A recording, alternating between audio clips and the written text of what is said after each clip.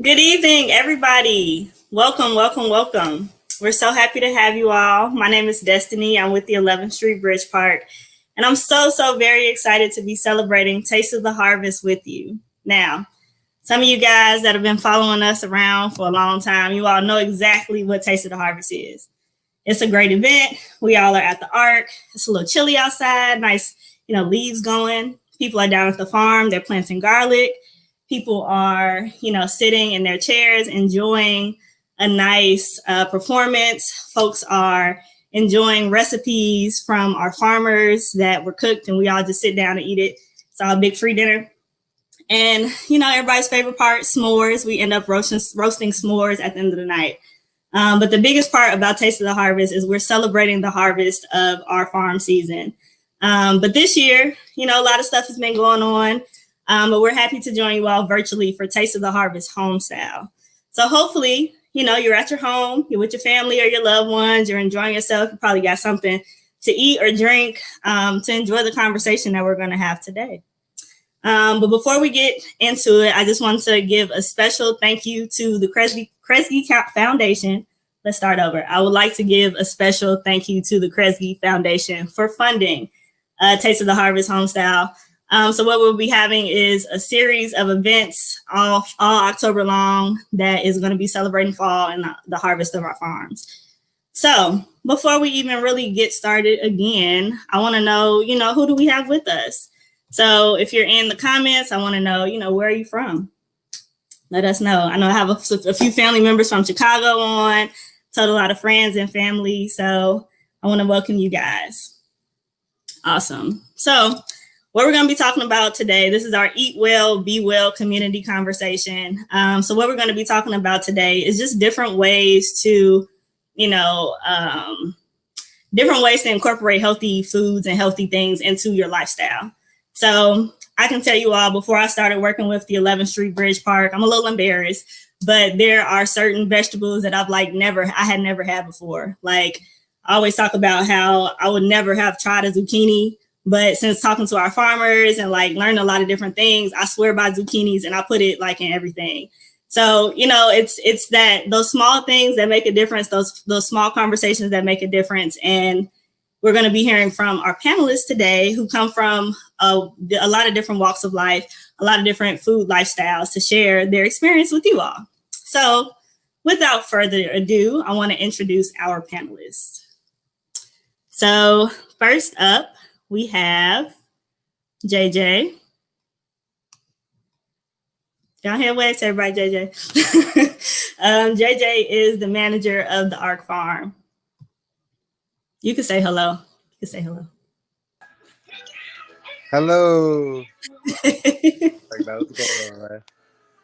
All right. So next up, we have Miss Vita, the vegan chef. She was with us. Hey, good evening. Good evening, everyone. Thank you for having me. She was with us all. Yeah, no problem. She was with us all September long. Oh, we have a little one. Hey, she can join the conversation too. She was joining us all September long for our Cooking with Vita, the Vegan Chef series. And we had a lot of great recipes come out. And we're going to hear her perspective today. Next up, we have Miss Samaria Lee, a very dear friend of mine. Say hello, Samaria. Hello, everyone. Samaria is a naturalist and she's also a pescatarian. So we're going to hear all about what that means and, how she's transitioned into her lifestyles.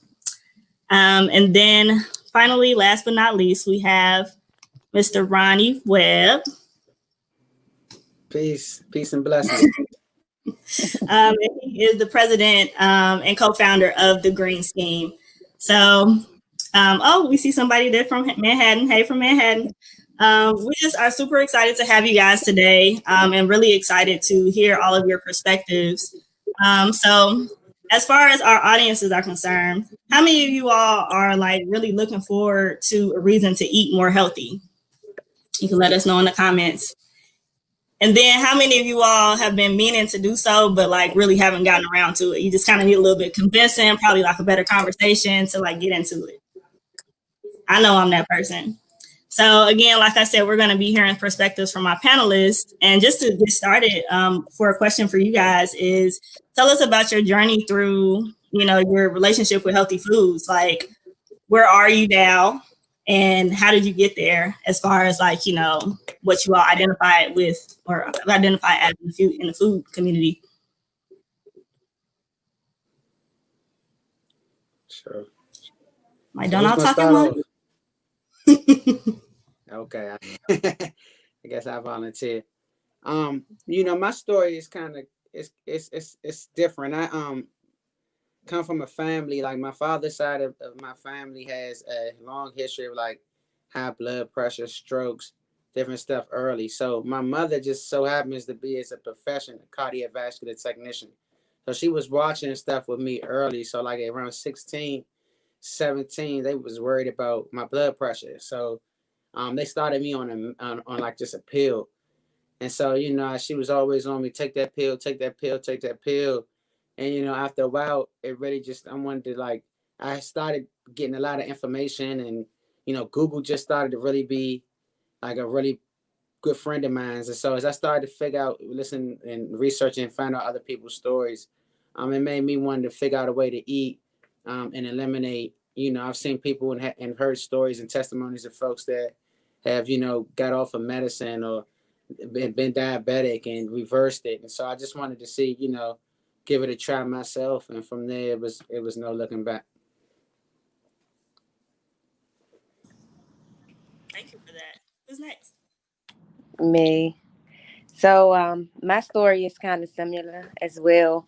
I suffer from very painful menstrual cramps, and I had severe acne. And in my quest to clear my skin and get rid of menstrual cramps, I learned that I have to eat healthy. It's certain foods that I cannot have. And there's certain foods that I need to eat the most in order to, clear my skin and get rid of the painful cramps. And so I went on it's a diet called the Elimination Diet. And basically I couldn't have anything except vegetables and fruit. And um, as I added everything back into my diet, I could really feel the foods that was really, bad for me. Like I guess when you start eating healthy, you become very conscious of the foods that's really making your stomach hurt or giving you a headache or giving you breakouts. So I learned that dairy was one of the worst foods for me. So I went full on vegan, and then somehow I switched back to pescatarian, so I have seafood here and there. But overall, I found that it's very important to eat healthy. And I stopped eating meat way before I became I stopped eating meat like years before I became vegan. So I haven't had meat. I think the one thing that was messing me up was the dairy products, because I already didn't have meat in my diet. So I was wondering like what's still causing me acne and like painful cramps. So that's when I found it was dairy. And then from there on, I just started researching a bunch of herbs, and I started practicing healing with herbs and just eating healthy overall. I'm not going to talk No, everyone's that's head off. fine. I do have a follow-up question for you though, Samaria. So like, you're a pescatarian, you were vegan at one point, and then you're also a naturalist. So can you tell us a little bit more about like what a naturalist like consists of? Because I think it's super interesting. So me being a naturalist, basically I try to limit the products that I put on my skin as well. It's being healthy is not all about just eating healthy, but it's also you got to be very conscious of what you're using on your skin, because products, they sink into your pores, and if you're not using the correct products on your skin, and if you're not brushing your teeth with the correct products, you just still putting chemicals in your body. So it all plays a part, not just food, but also what you use on the outside of your body. And that's why I call myself a naturalist. Like, I make my own toothpaste. I only use 100% natural products on my body, like raw organic mango butter, shea butter. And I like clean my medicine cabinet out of medicine and of chemical products.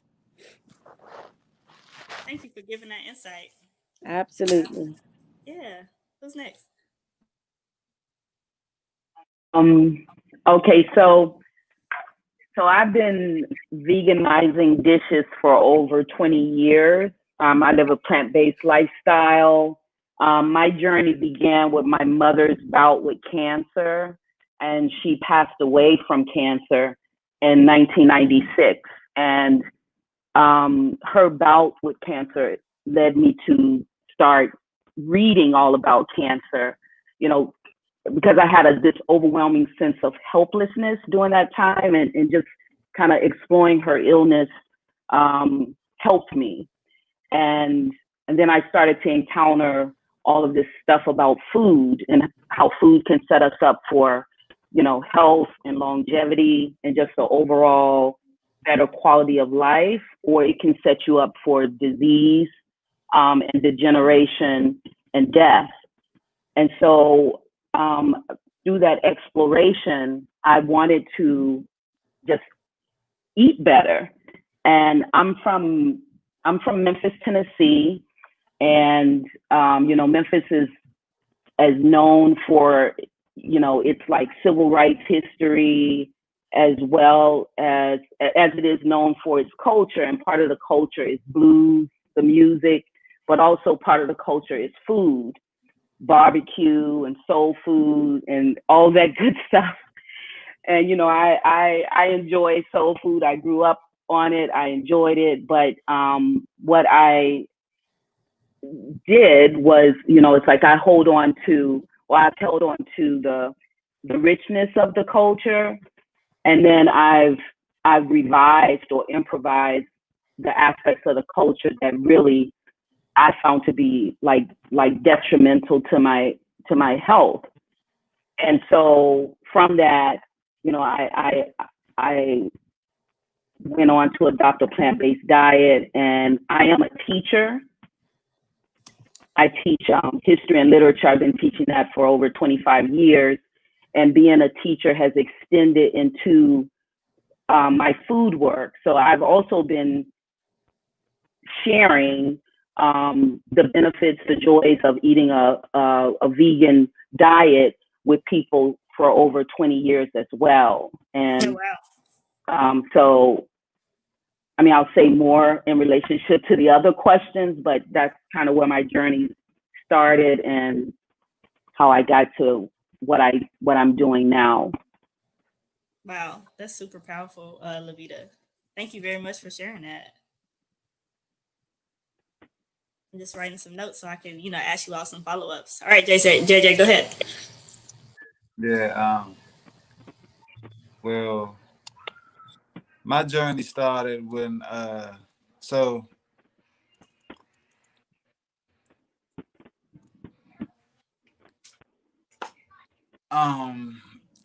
a young person, I was what we would say a very husky young man. So I was I weighed almost 300 pounds. And it got to a time in my life where I was just tired of being big, and I was hanging around a certain type of people. Well, I'm not gonna say a certain type of people, but I was hanging around a group of people that were living a certain lifestyle. So I picked up some things from them, and pertaining to food. So when I turned 15 years old, I stopped eating beef and pork, and I basically started my own lean diet. So I stopped eating beef and pork and just ate smaller portions of food, and tried my best to eat the best I can. And so now today I'm I'm like 180 pounds. I'm like, you don't have to tell us all your business, but I mean, that's no, no, good. no, no. I mean, I'm proud of that. So That's good. it's cool. But I'm just saying, like me, be me being overweight as a child had a big impact on where I am today with the food system, and it is it was something that I never would have thought I would have been into, um, and yeah, once I got into it, it was really intriguing the education aspect part of it, and the aspect of me coming from a community to where we weren't subject to the best food, and I was like a real product of that. And for me to be in a position to change that narrative is big. That's where I'm at Wow. today. Thank you. Thank you for sharing that. And that was really a good segue because I want to go back to Ronnie for a second. Now he might be frozen. Are you frozen? No, okay, you're back. Because, the Green Scheme, the organization that you are the president of, you all do so much. Like when I was reading about your organization, I was just like really blown away. And my question to all of you is what impact, it's a two-part question, what impact has eating healthy had on your life? And because it's had whatever impact on your life, what impact has it had on the lives of others? Whether that's like community, whether that's like your family, like I just really want to know. And, you all should tell the people. For sure. I think it took a while. So like it took for people, man, even me, just growing up in DC, being into a lot of different things growing up that weren't technically what we into now. A lot of people when I first, founded the Green Scheme, it was just like, man, what are you doing? You're like, what is that? Or it's a nonprofit. You can't make so many doubts and myths about, you know, um, like pushing forward. But what I did notice that as starting the Green Scheme, I couldn't fake it. So a lot of things that I might have been into or doing in my life, I started to realize going to teach these kids about just gardening.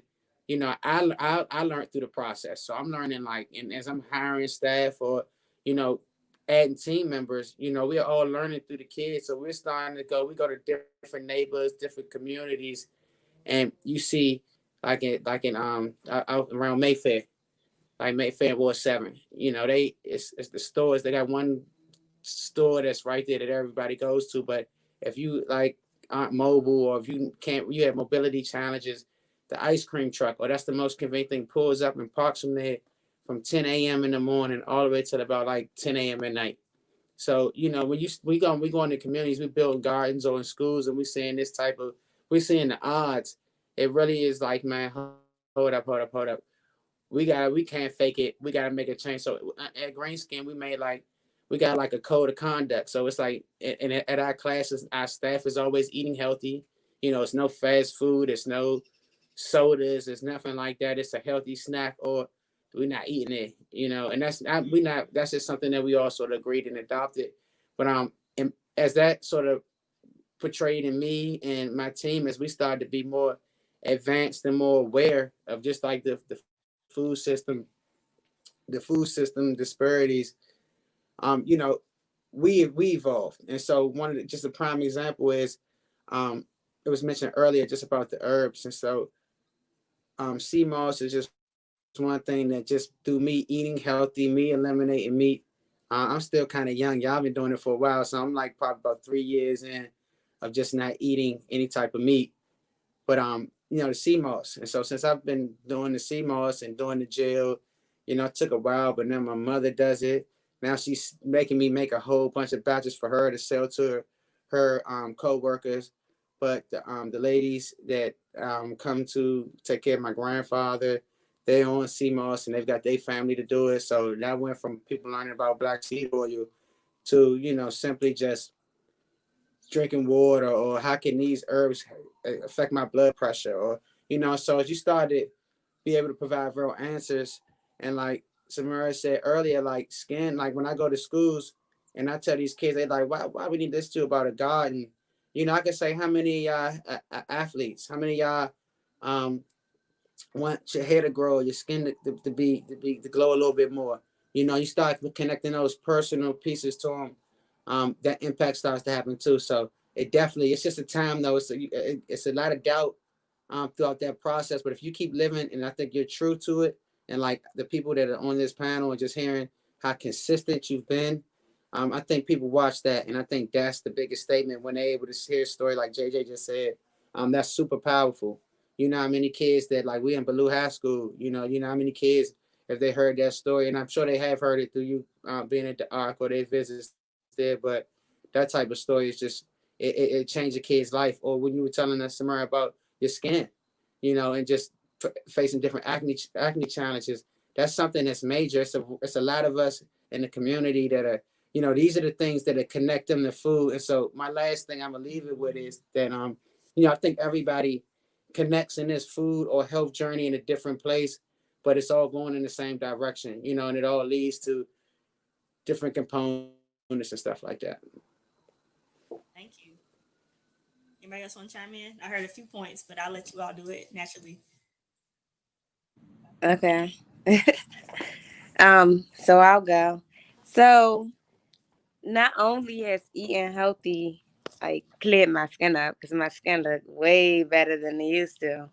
But also it just gives me clarity. Like when I eat certain foods, I'm so stuffed and I'm so like my thought process is so cluttered that I can barely think. So when I'm eating healthy, I'm able to meditate. I'm able to hear myself, like hear my thoughts clearly. I'm able to gravitate towards the guidance that I'm given, from my ancestors, because I become more conscious and more intuitive. And so this my skin was a huge factor in why I started eating healthy. But when I started eating healthy, it became way bigger than that. So whenever I fall off with, eating healthy, and I might want to snack like a piece of cake or something, I always have to tell myself, like, don't go overboard, because the minute I go overboard, I'm clouded again. I can't think clearly. I can't read. I can't focus. So when I eat healthy, I'm very focused. And then the impact that I've made on others, it's so many people around me that change the way they eat. Like even if they just changing the way they eat when they around me. That's me. And right. They I've just inspired so many people to change their eating habits. And so I think that's a big deal there.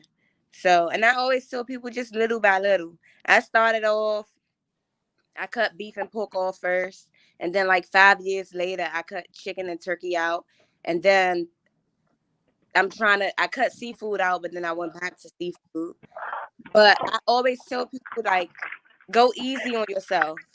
Because when your body is used to something, you can't just jump right out of it. So you can't just eat everything today and tomorrow, cut it all out. You got to go slow and you got to be patient. It's a process. It's a journey. But the biggest impact on eating healthy is clarity, it's focus, it's mental stability over everything. Forget about physical appearance.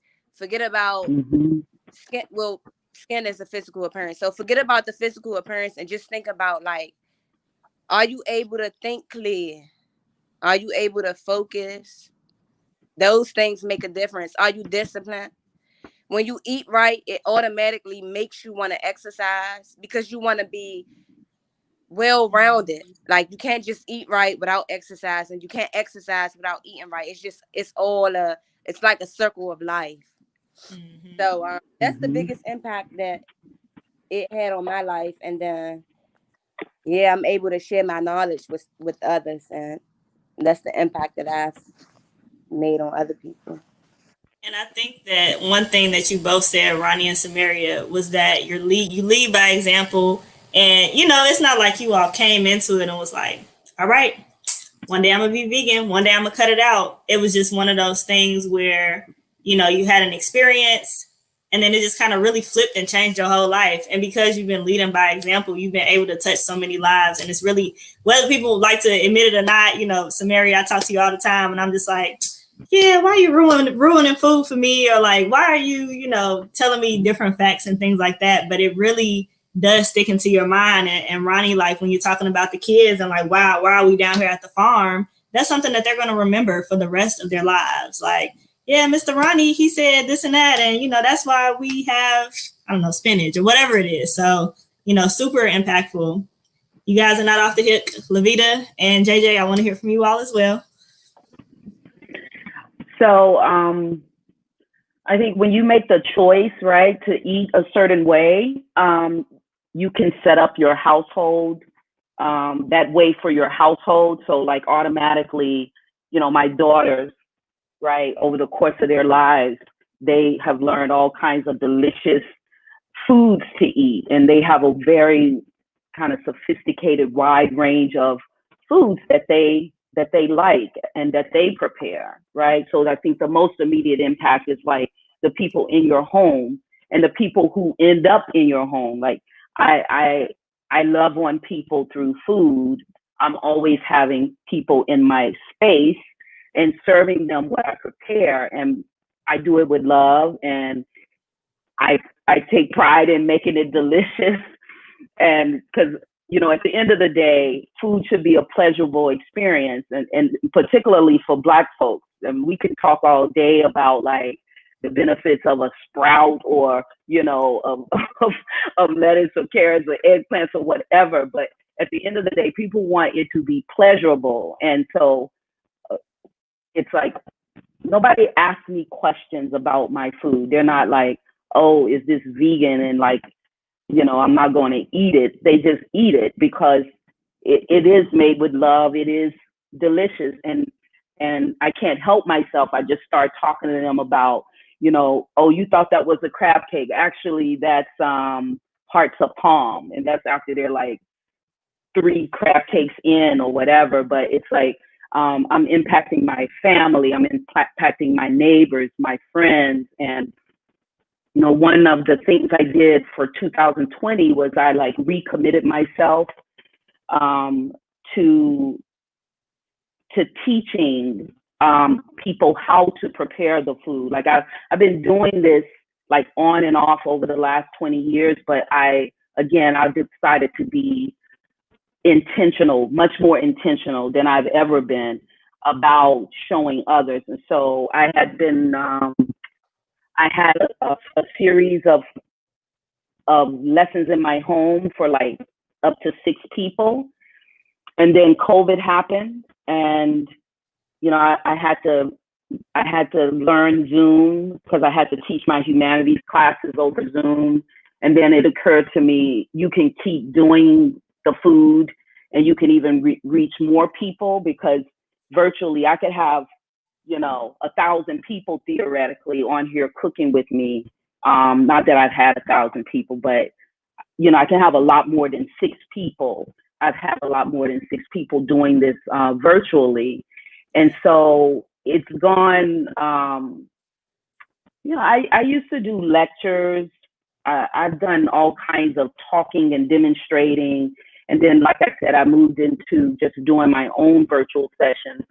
And what's happened over, you know, the course of 2020 is that there have been agencies or organizations that have asked me, and this is mainly through word of mouth. So I've done things with my own middle school students, like so to make us feel connected while we were remote, for example. I have a colleague, two colleagues actually, who they're Jewish and they're part of a Reconstructionist Jewish congregation, and their congregation did this whole program. It was called Tikkun Hayir, where they were teaching middle school and high school kids empathy by teaching them, by them studying homelessness and food insecurity and hunger. And so I was asked to come in and to show them how to make a vegan meal on a very tight budget, right? So we made like, the focus was black bean beet burgers. And the main ingredients were black beans and beets and onions and garlic. It was like a very simple, short list of ingredients. But I'm talking about like starting with like a 89-cent can of beans. And so and half a beet, right? And so I had this amazing time with 2 different sets of middle school and high school kids do that. And then Destiny asked me to do the 4-part series with 11th Street Bridge Park and the farms they partner with.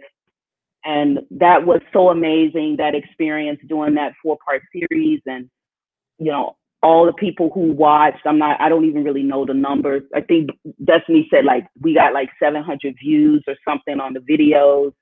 And I'm not even invested in that per se. It's more like, I just want to do what I love and love by sharing my gifts. And so amazing things are happening.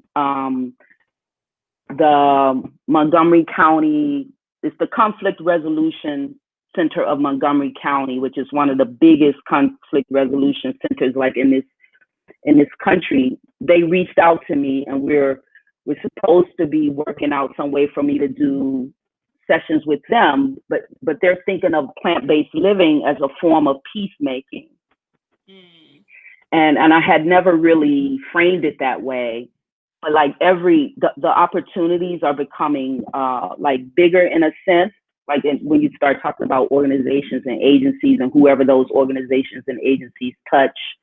And I'm also, I also may be doing something that has to do with veterans who are working farms. I forget the name of the organization, but it's like Fields for Vets or something like that. But what's amazing to me is how, you know, you something is your lifestyle and you are sharing it with folks in your immediate, you know, surroundings. And then if you're committed to it, it's like if you stand in your gifts, it just starts to take on a life of its own. And what's also really amazing is how the missions of these different organizations are very much in line with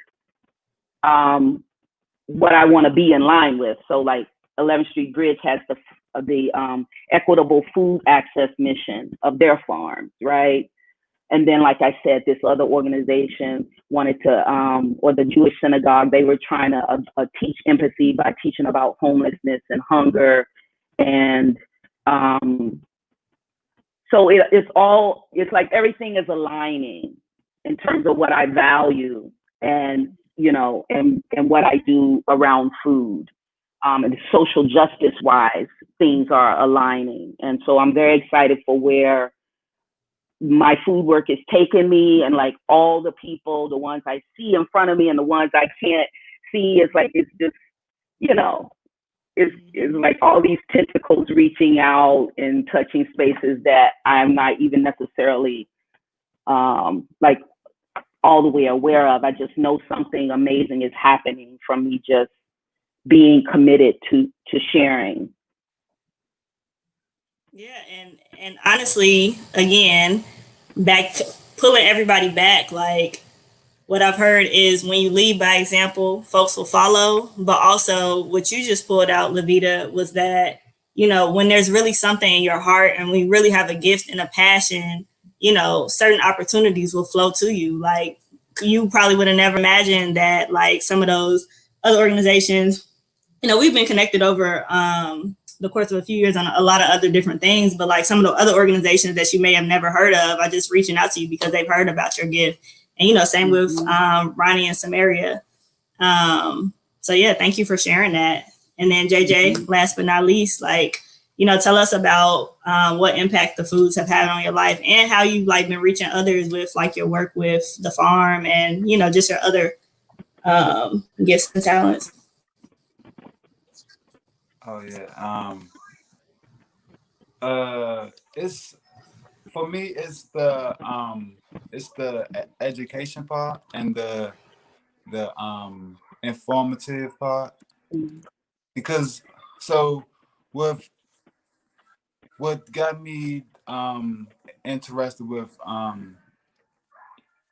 when I first started on the farm, it was the education aspect. It was the fact that I was learning all of these different components to growing food that I didn't know.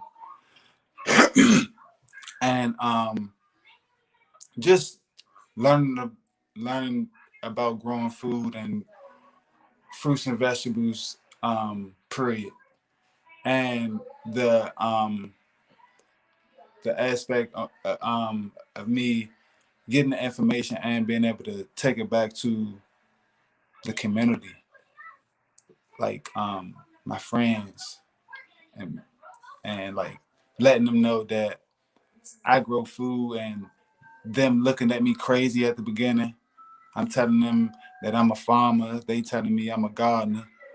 They let they you know, I got a little ridicule, but they didn't. So they didn't understand that it was really intriguing to me. So once once they noticed that it was really intriguing to me, I made it my business for them to be intrigued about it. So now, like to this day, whenever I go back to the neighborhood, somebody gonna ask me about what I'm growing, how the honeybees doing, or anything pertaining to food. Somebody asks me about it, and it's coming from someone who I would never thought to ask me about carrots or broccoli or mushrooms. So the fact that I can take information and give it and take it back to where people don't necessarily like understand it or respect it, and make them understand and respect it. Hmm. Yeah, that's super powerful, and it made me think about maybe if you think about a few things. Like I just told my little story before, y'all couldn't have told me that I was gonna be eating kale and zucchini like every week, but because of that passion that you and Dom's our farm director, and a lot of other people on the team had, like it really inspired me to want to do better. And it made me think about the second thing I thought about was like asking Ronnie, like like I said, Green Scheme does a whole bunch of stuff. I don't think we really dug into like the different programs that y'all have, where like are y'all in schools, are you like like just walk us through that, because I think it's really important to be able to pull out like that I'm trying to think the right words, but like how you have kids that may be exposed to you once. You may have like a group of kids that's always with you, but then you think about them as they grow up, right? What impact that they can have on it can have on their lives. They can become a you or a JJ, where you all are farmers or are like environmentalists. So I kind of want to dig more into like what Green Scheme, like the format, and what Green Scheme has to offer. For sure, for sure. We offer 4 programs. Um, our heart and soul, bread and butter, is our Code Green program. So that is our urban gardening and food education program. We run that in schools. We run that in Department of Parks and Recreation Centers. We run it in youth development sites like Boys and Girls Clubs, YMCA. Um, Even some youth programs in the churches. It could vary, like different school districts, but we go right there to the school or to that site. We build what we call a learning garden or experimental garden. The kids, we set it up so they build it, so they might not nail it, but they had a 4 pieces of wood there. They'd be putting the compost and the soil in, and they'd be doing the seeds and transplanting. And so our Code Green program, we actually have a youth garden curriculum that is administered through DCPS and Arlington Public Schools, but it's basically like a series of workshops for out of school time programming, where kids just learn how to build the gardens, cultivate them, and then eventually come up with if we have enough time and the program lasts long enough, they're able to come up with a value added product. So say they growing mint, they can take mint, put them in the boxes, and they can sell them at the farmers market. So that's the program that we've just had tremendous impact on our community. We get instructors that look like us who are from the community, who, you know, and we incorporate in this program, we incorporate different components of multimedia, entertainment, fashion, music especially, in these spaces that liven them up, murals, art, and stuff like that liven them up. Oh We wow. just had it's really like a garden party every time we come out there. And so that's Okay. the first program, but that a lot of the other programs stem off of that. So the second program that we have is called Girls Gone Green. Girls Gone Green is led by our director Kiana Newby, and it was a call to action. We as our organization was growing, as we started to look at sort of like our support and our followers, we noticed that at one point of time the majority of our support came from women. So we wanted to make sure that we were Mhm. doing something, and Kiana was the one who spearheaded and led that initiative. So to this day now they're doing community services. It's a space of congregation where women can do community service events, but they do community social events where they highlight other women who have products that are health based or Mhm. environmentally safe and sustainable, and we help highlight them and elevate that. And we also Girls Gone Green is the group that goes to our gender specific sites. So like an all girls site, student program, they go and they administer our Code Green program, also as an educational program. Our third program, which is the one I'm most proud of, and it's like my little baby, right? It's called Corner Water. And so Corner Water is basically say down at the Ark Farm, JJ, y'all growing mint, right? And say the kids coming down there and say, well, let me use Baloo as a better because we do this actually at Baloo and Stanton Elementary.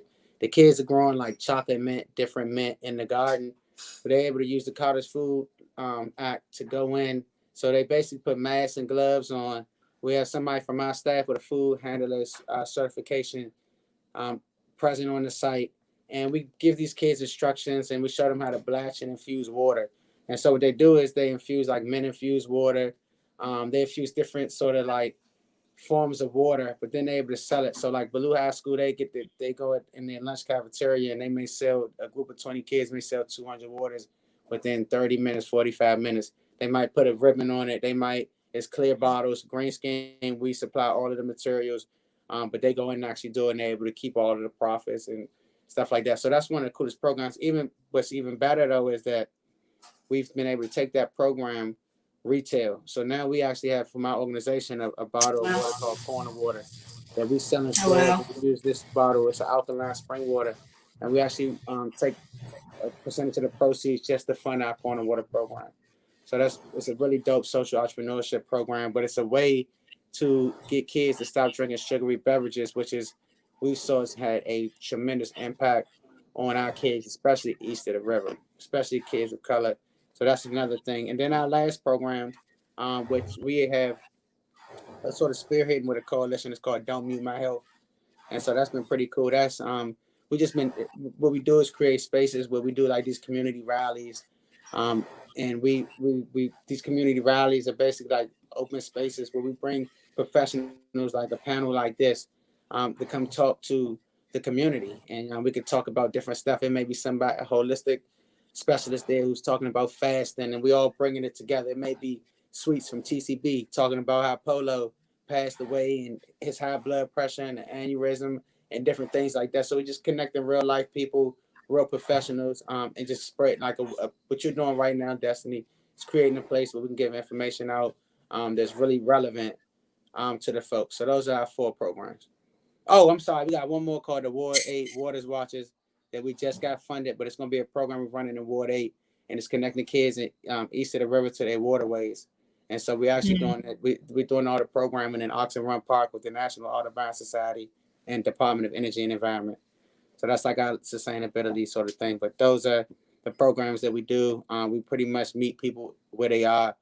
We try to do that all the time. So the land that we get is basically we build our gardens on other people's land, which helps us as an organization spread and go to different sites, and have different sort of resources to help us do what we do best, and that's educate. Wow. Thank you for sharing. Somebody in the comments asked, is Corner Water only sold in DC? It's sold in DC. We have a distributor who can stretch it outside of DC, but it's really East Coast based. So really, like I want to say like South Carolina all the way up to upstate New York. Our distributor can reach there, depending on the order size. Great question. Thank you. I have a few more questions that I kind of want to like bounce off of a lot of the things that you said. So, and anybody can answer. I'm gonna make it broad too. So, I know we got clearly two farmers here, right? And I know Levita, you have a farm as well. And Samaria, you're very, very big on, making sure that everything is natural and everything comes from the earth. So a question that I want to pose to you guys is, do you think, this is like the overarching question, do you think that you have to grow your own food in order for like the food to be like natural and like the best like quality of products? So that's the first part of it.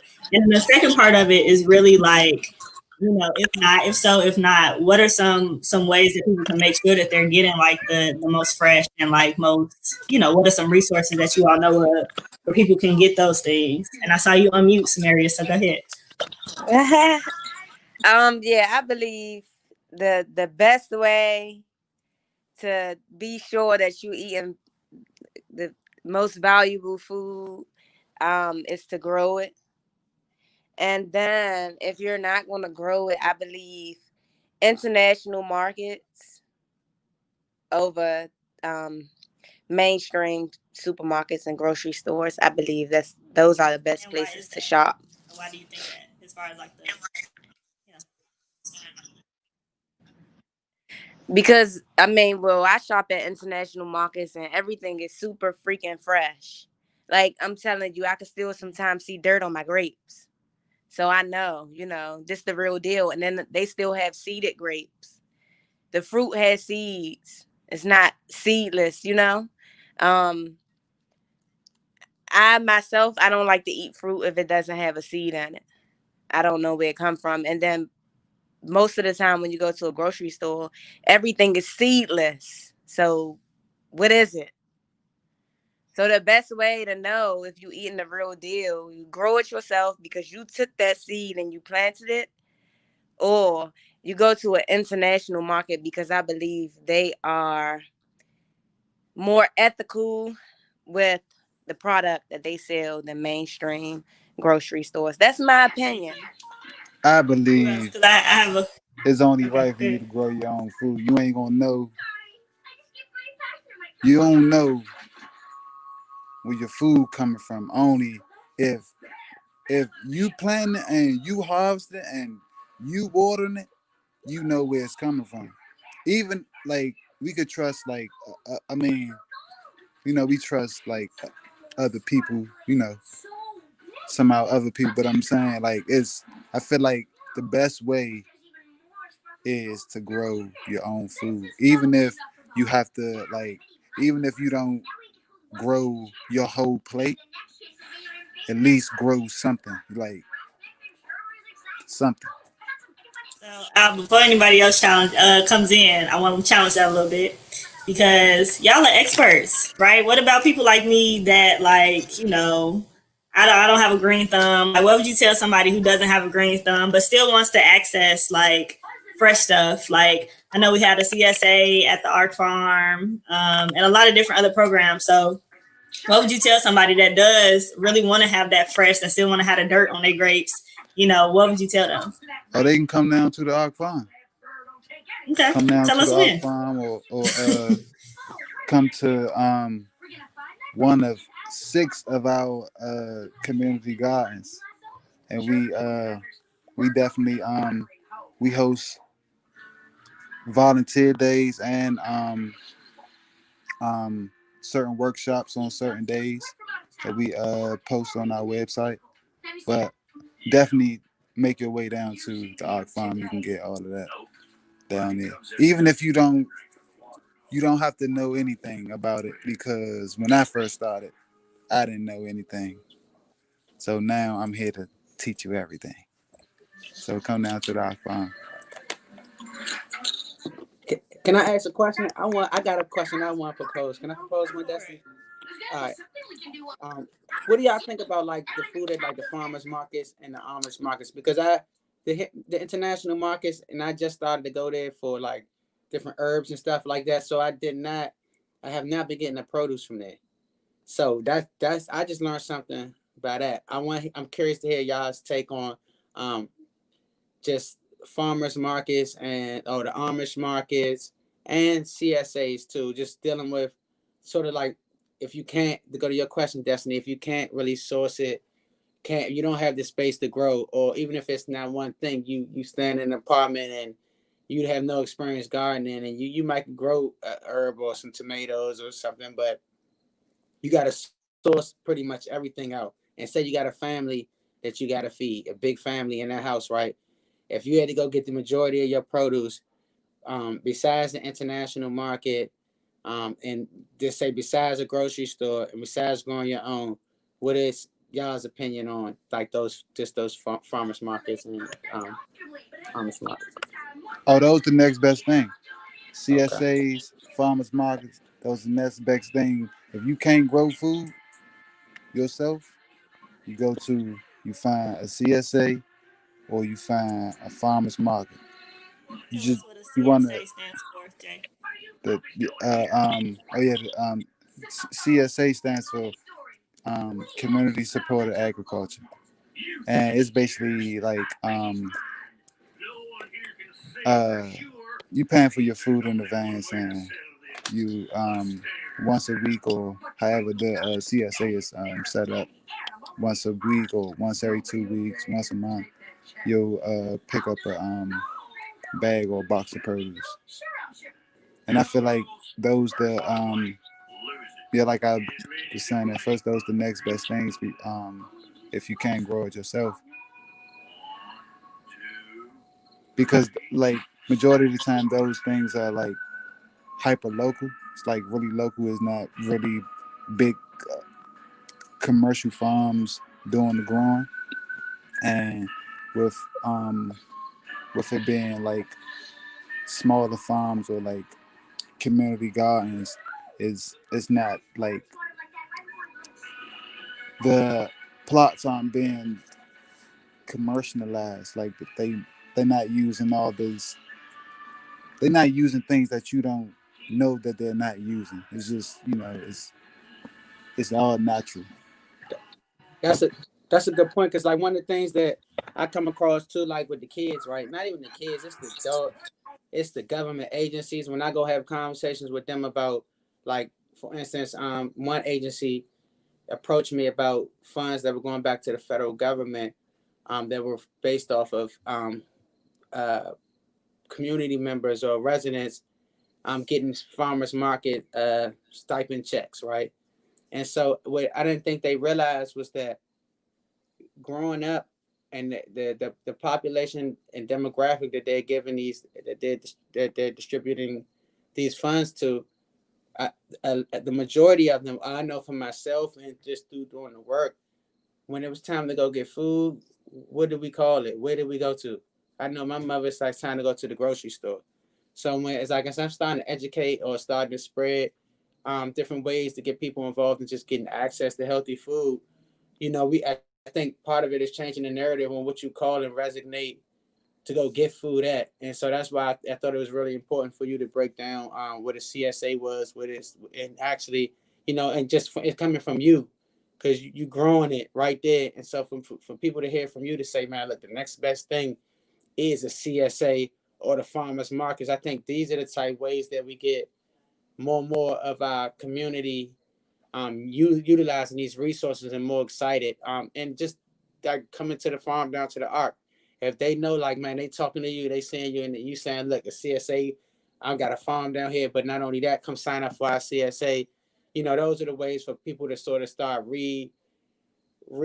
just changing that narrative, which I think is really important right now. So thank y'all for that. Mm-hmm. Vita? Well, Yeah. And I want to talk about, like, I feel blessed. Like, I have a yard, and you said I have a farm, Sorry. Destiny, but I have a garden. I have a garden, and I just recently got into gardening, and I have like all different types of herbs. You know, I have this huge rosemary bush. I cook with the rosemary. I make lemonade from the rosemary. I make mint lemonade. I have lots of mint, and I have this other plant I just got into called shiso. It's like shiso. It's like a wild basil. It's also called perilla. Um, I I grow tomatoes. I have a fig tree, and I have this and I have blueberries and just a lot of things. And I take a lot of pride in growing things and going out and pinching this and pinching that and yeah. So I have a neighbor, well, former neighbor, her name was Chikesha, and her whole front yard was food. And she didn't have a necessarily big yard, but it was a nice size, yard for her growing this food. She had all kinds of stuff. She grew corn, eggplant and okra and watermelons and all kinds of herbs, and she invited her neighbors to partake. We could just go and get the food. And so I had a neighbor just over this past weekend who Jeff forages for mushrooms. So he had these mushrooms. I've been posting about these mushrooms over the last couple of days, but he offered me some because we know each other, we know our neighbors, and people know I cook and experiment. So he gave me this mushroom that I never heard of. It's called chicken of the woods. You all might know about it, but it was new to me. And but I got all into it. So I made I had Taco Tuesday, but the tacos were made with the chicken of the woods mushrooms, and I made some chicken strips, and it was with the chicken of the woods mushrooms. And then so since he's invited me to go foraging, and I'm so excited about going foraging. I've not done that ever before, but I'm very excited. But me and my daughters, we talk about how beautiful it would be for lots of people in our neighborhood, and I live in Ward 8, to just grow food on whatever patch of land we have. Even if you don't, say, quote unquote, own your home, you probably got a patch of land somewhere, even if it's just that strip between the curb and the sidewalk, and you'd be amazed at what can happen on that strip, right? And we just share food. And like, how impactful would that be, particularly in Ward 8, where, this is a food desert by the official definition of a food desert, but just think about the impact that would have if everybody's growing something, and maybe everybody's growing something a little bit different than the next person, but we just kind of share. And that's like a dream, which really could, if I can garden, and by the way, I was known to kill like everything, like house plants. Like, if you tell me this is a plant that can't be killed, I can prove you wrong. But if you see my outside, it's like just flourishing, because that's mostly like God, right? It's the dirt, it's the rain. I mean, I've done some, I compost now. I've been doing that for a couple of years, and it's like, since I got really invested in the yard, it's really, really, really taken off. But I just think, one injustice is the existence of food deserts. That's a social injustice. But one way to impact that is, whatever patch of land we have, can we envision how we can grow something from it and like share it with others? Even your windowsill, you could be growing things. I got herbs in here in my windowsill, for example, and just, and like take advantage of the resources, like the Ark Farm, the farm at the Ark, or I forget the term for it, but this has been amazing, just hearing the resources that are over here that I wasn't even aware of, that I would love to come and take some lessons and learn some more. I have friends and so on who've helped me. My neighbor Greta helped me plant my yard the first time, like restore the dirt and do the topsoil and the garden soil and the mulching, and which my herbs and everything started to flourish, like behind her teaching me how to do that and me doing it and me taking control. But I just think, let us get creative, right, about how we are going to grow our own stuff. Or like you said, the next best thing would be finding whatever local sources of food, the CSAs and farmers markets. And by the way, back to Samaria's point, I love the store Best Way. Best Way is, I don't know if you've seen these Best Ways. They're like, there's one near my school, but I've also seen one up in Hyattsville. And they might, National Market. Yeah, and they look kind of hideous from the outside, but then you go in and it's like such a wide, diverse range of produce, such like great prices. You got your dates and your figs and your mangoes and your plantain and different types of bananas and the different squashes, the different just a wide range of things, and all different types of herbs and spices. The bags of chipotle peppers and all kinds of peppers you could think of, and fresh turmeric, like you don't normally see fresh turmeric in a regular grocery store. You see the turmeric powder, but they have the fresh turmeric, and it's just a wide range of things. And I agree with her when I go into these markets that are international, like a red apple market up in Tacoma Park, which is like a West African, Caribbean market. It's just a wider range of things, and so fresh, and the prices are nice. And and I think people need to get very adventurous, treat food like an adventure. But I think if you ask people what they eat, it's like we eat the same things. I know about my upbringing. We had a certain day where we had fish. We had a certain day where we had chicken. We had a certain day, and it was like the same cycle of food.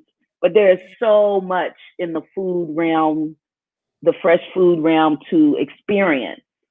Yeah. And, I think people should like make a point to, every time you go to the grocery store and do your shopping for the week or the 2 weeks, buy something you've never tried before. Google a recipe for what to do with it, and just try out some new things. Yeah, thank you. One thing that really stuck out to me, what you said, was just kind of the narrative of being creative with space, and taking back that narrative of using space for agriculture. I'm sure Jay could talk a little bit about this, but like that was an idea with our farms, like our 6 farms. So, before they were farms, they were just like plots of land, and we engaged like different communities of faith and, just other nonprofits. And we're like, we can use this land for something, and we should use it for, well, it wasn't us. All these ideas came from community members who had ideas about what should be on the 11th Street Bridge Park. But from that came ideas about like urban agriculture and things like that. And that's how we engage the different churches. That's how we engage the different nonprofits, just to turn those spaces into places of, growth and agriculture. So I 100% agree with you there. This has been like a really great discussion. I don't want to stop it. It's 7:30, but we do have some questions in the comment from people that I wanted to have you guys answer. So somebody, I guess this could be for our farmers or, anybody, because you guys all have a wealth of knowledge. But somebody asks, what is the difference between buying organic versus non-organic foods, if y'all know?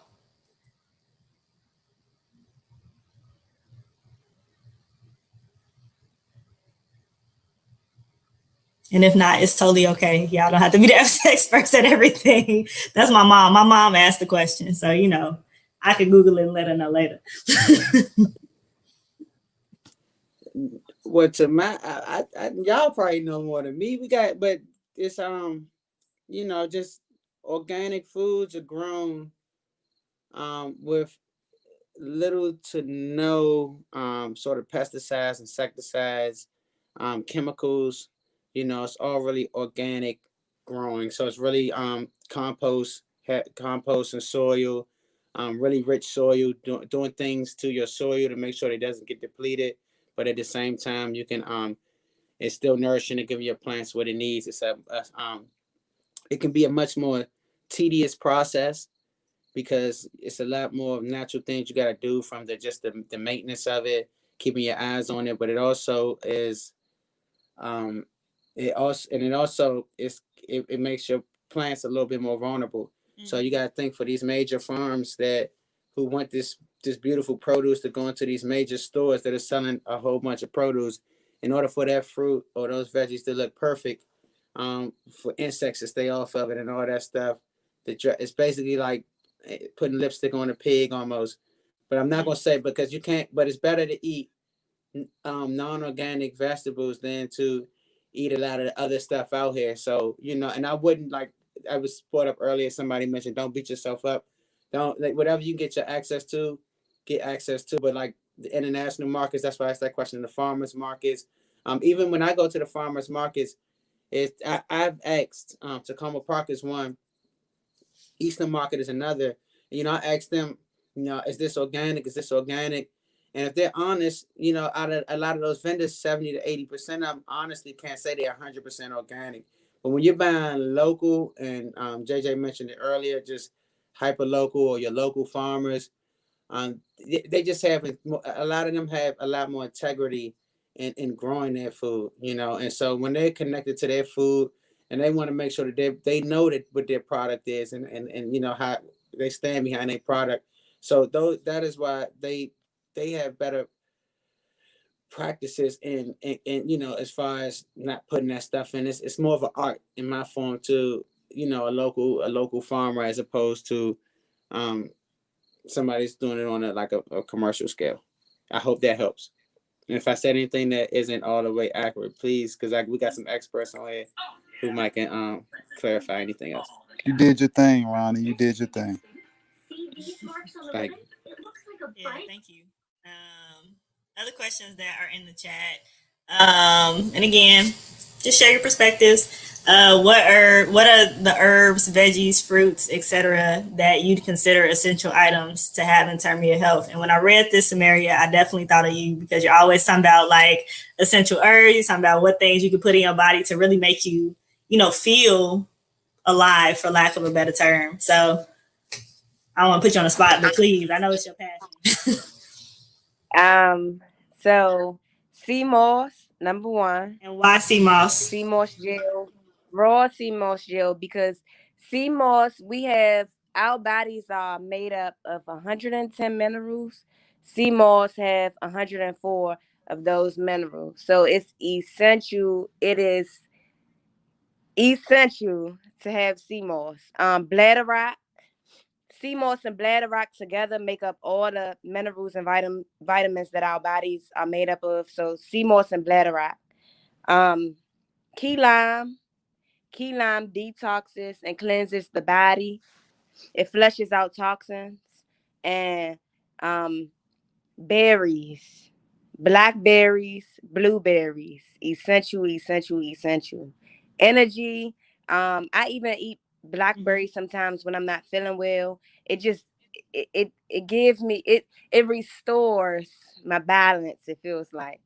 And then black seed oil is very essential as well. Anytime you feel like you're coming down with like a cold or you're getting sick, you take some black seed oil. I'm telling you, the mucus will be gone before the cold can hit. Yeah, that's my thing. Apples are really good too. An apple a day, keep the doctors away. And watermelon is a good one too because it has a lot of water in it, which is essential. Water, everybody, alkaline water. Try to get a really good supply of water. Thank you. Anybody else want to chime in? You don't have to. Well, I just want to say that on top of what Samaria has said, really when you're eating whole foods, you know, you're eating your fresh fruits, vegetables, grains, seeds, nuts, you know, your whole foods.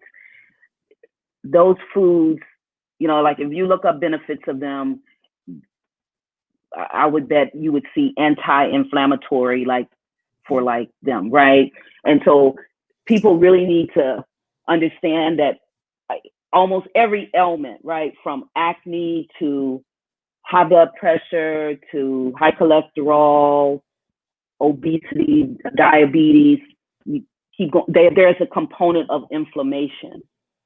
And sustained inflammation is what contributes to disease, right? And the more sustained inflammation, like the more serious diseases you're going to have. And so I think overall we should be attentive to incorporating whole foods into our diet. So if we When you say whole foods, can you just not the grocery store whole foods, I'm saying fresh foods, fresh vegetables, grains, nuts, seeds, what have you, right? So we want to feed our bodies those things to, you know, just alleviate or keep inflammation like at bay.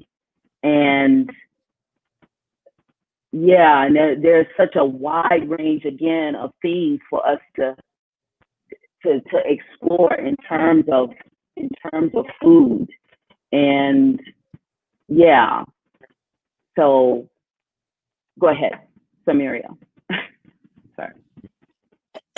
Oh, I just wanted to be extra specific to everyone. So a list that I always go by, because this list is very specific and there is a huge list and we can't name everything on the video, but if everybody look up Dr. Sebi's alkaline list, it has very large amount of the best fruits, vegetables, herbs, teas, and oils, natural oils to use. And that's the list that I always go by when I go to the grocery store and pick up produce. I always try to refer back to that list because it's all alkaline fruits, vegetables, and herbs and oils. And they're the best ones. And from my experience, I went on the alkaline diet before. For my experience, it was the best for me. So I swear by it. Yes, it's like what? Diseases can't survive in an alkaline body, right? Sorry. SEBI, right? Mm-hmm. Dr. Sebi. You said alkaline diet? Yeah, it's a alkaline diet list. And it has all the alkaline fruits, veggies, herbs, teas, and oils. And nuts. Yeah, that's nice. Also, another point too is that for anybody, man, definitely be checking with your doctor. Know your body, know yourself. So like it's certain, these herbs all can address or certain things. So like for me, for instance, as I'm starting to learn, like black seed oil, I'm off of my blood pressure medicine. And black seed oil is one of the things that I take for to keep my blood pressure under control, right? But like another thing is, I got like a plate and a screw. I got like it's a disease called trigeminal neuralgia. So it's basically inflammation. I got a trigeminal nerve right here where if it inflames, I go through excruciating pain. I'm talking about excruciating pain, right? Mm-hmm. And so it's so funny. Dr. Sebi has a son that lives in DC named Asami. And Asami, I just telling him about this when I'm going on. The doctor's giving me a medicine that can't help it. I feel like I'm taking an Eggos. I got off the blood pressure pill and I'm taking another pill. And so he was just like, guess what he said? He said, man, sounds like, because I got to play this. He said, man, Asami told me, he said, it sounds like, man, you got cartilage or something that's building up in the inflammation. He said, man, just get you some sea moss and some bladder wax. And the doctors have never been able to give me a medicine to stop that pain. Now I've noticed after being on sea moss, for maybe a good 2 to 3 weeks. And I had this condition. I probably had this plate and screw probably for about like 8, 9 years.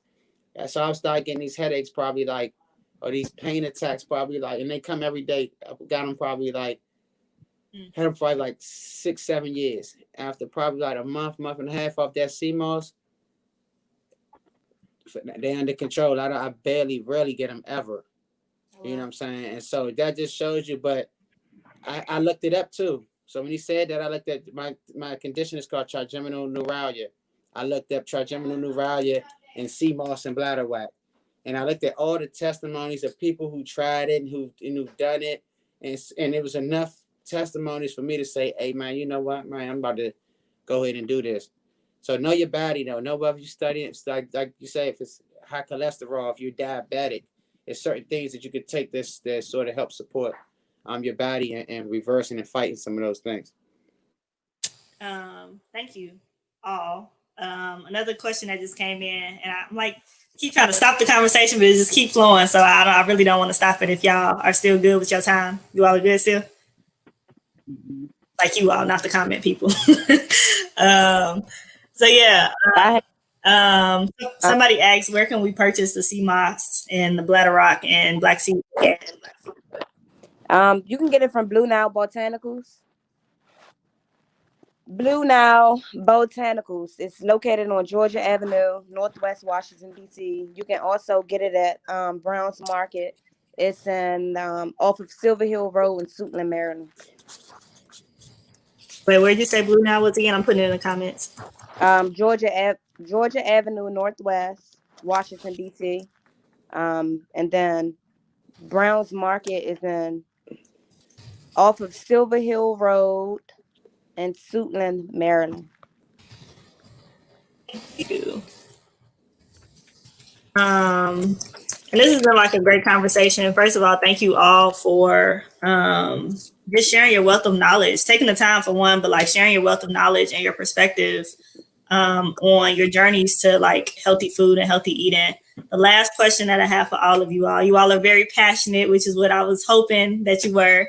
And we went over a little bit, but that's fine. But like, what is some advice that you would give somebody who, doesn't necessarily want to be all the way vegan or all the way pescatarian or like devote their life to being a farmer and like changing the community? Like, what advice would you give them if they just want to take the first step of incorporating healthy foods and things in your diet? You all already shared like a lot of different benefits and a lot of different resources. So thank you for that. But what are some things that you would tell people? Act like you're talking to me, Go ahead. I would say follow your heart. Number one, don't force anything on yourself. Number two, don't be too hard on yourself. Be patient. Number three, do an elimination diet. So cut off the things that you eat less and save the things that you eat more for last. I started off, I cut pork out first. And then I did pork, and then I did beef, and then I did turkey, and then I did chicken. I saved seafood for last because I eat seafood the most. So that was the hardest to cut out. Chicken was hard too, but it's all a mental thing. I must say that. Like it's a mind thing.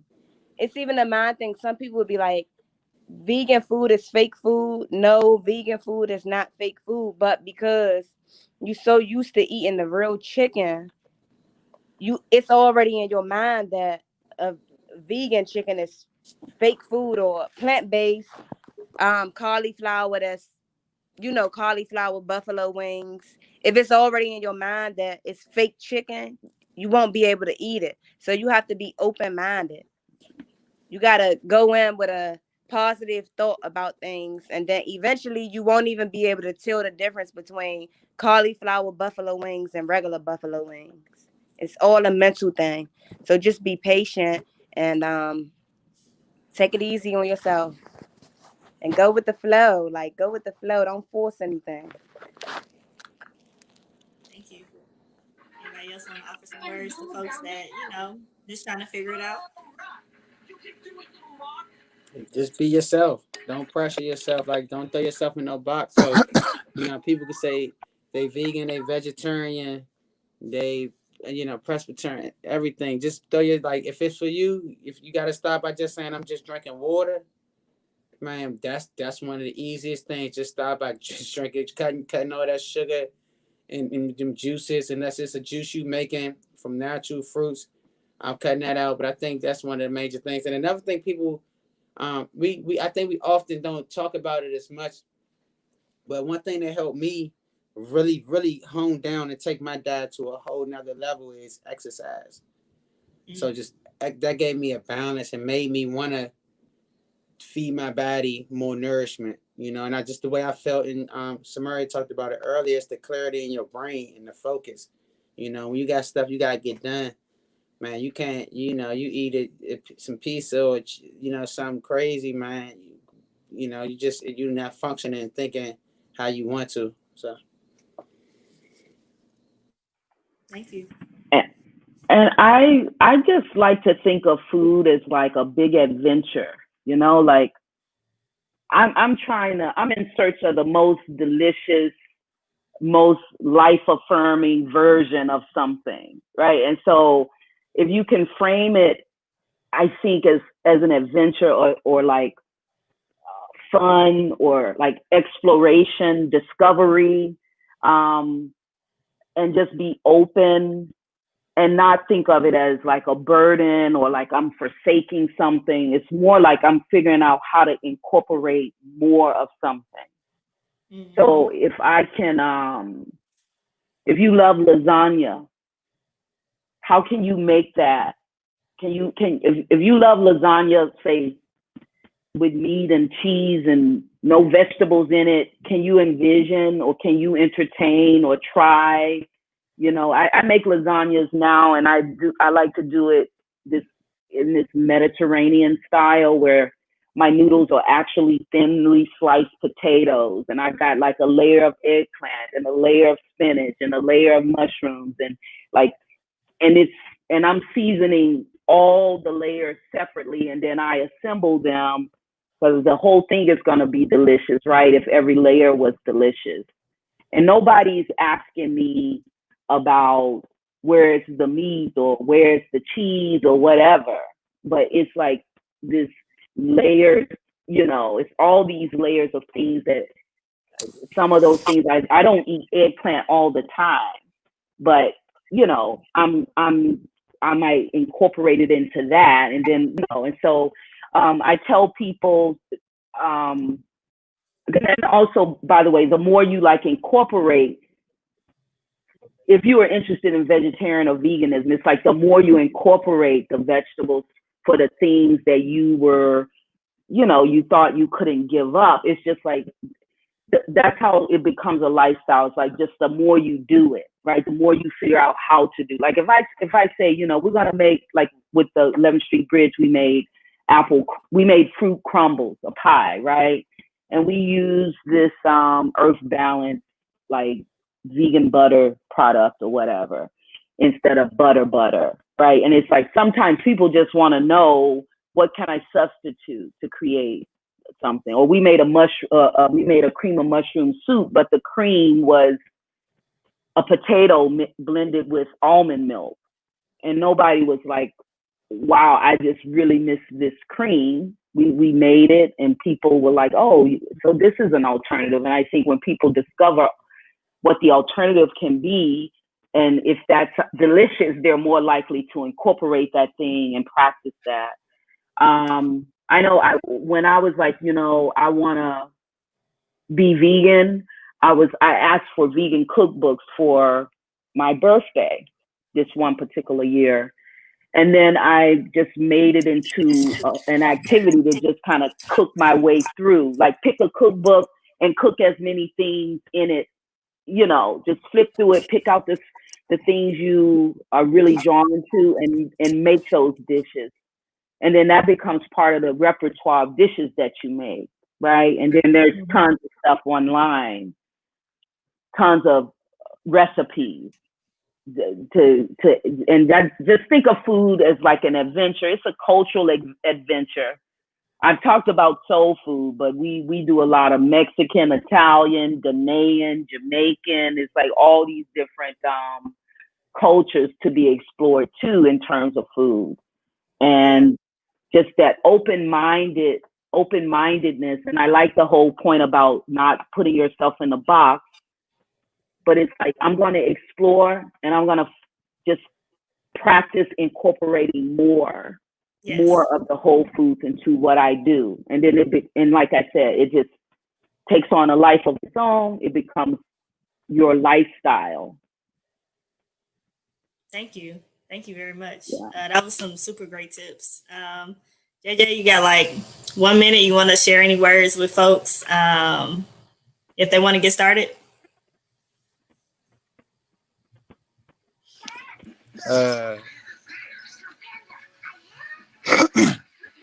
I say,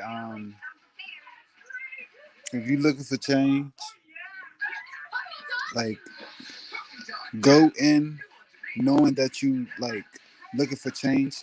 Don't go in like, don't think you're gonna like change your diet and the food is still gonna be like, you're gonna be eating peas and it's gonna be tasting like Doritos. You know what I'm saying? Like, know what you getting yourself into and be open to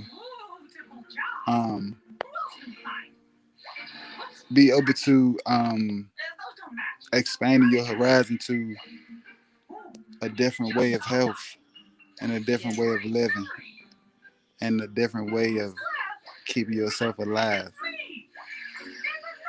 That's all I got. Thank you. That was great. I just want to thank you all so much for, I keep talking about the time, but I just want to thank you all for your time and perspectives. I'm going to take you guys off the screen and I'm going to wrap it up with our Facebook audiences. But wave bye to everybody because it's been great. I know that everybody has been enjoying you all. Awesome. Thank you, Destiny. Eat well, live well, be well. No, thank you all. Thank you, 11th Street Bridge. You're welcome. Take you guys off. And I'm going to say my little piece. Awesome. So thank you guys so much. This was a great kickoff event today for Taste of the Harvest Homestyle. I really, really appreciate everybody's questions, everybody's thoughts, everybody's support and perspectives today. Again, super special thank you to the Kresge Foundation for supporting this event. We have every Thursday at 6:30 p.m. You guys can tune in 6:30 p.m. Eastern Standard Time. You guys can tune in for other events about the fall, other events about food. Next week we have our Food Makers Hustle, which is going to be a panel of entrepreneurs in the food space, and they're going to tell you all about their journeys to entrepreneurship. So thank you, and I hope you guys have a blessed night.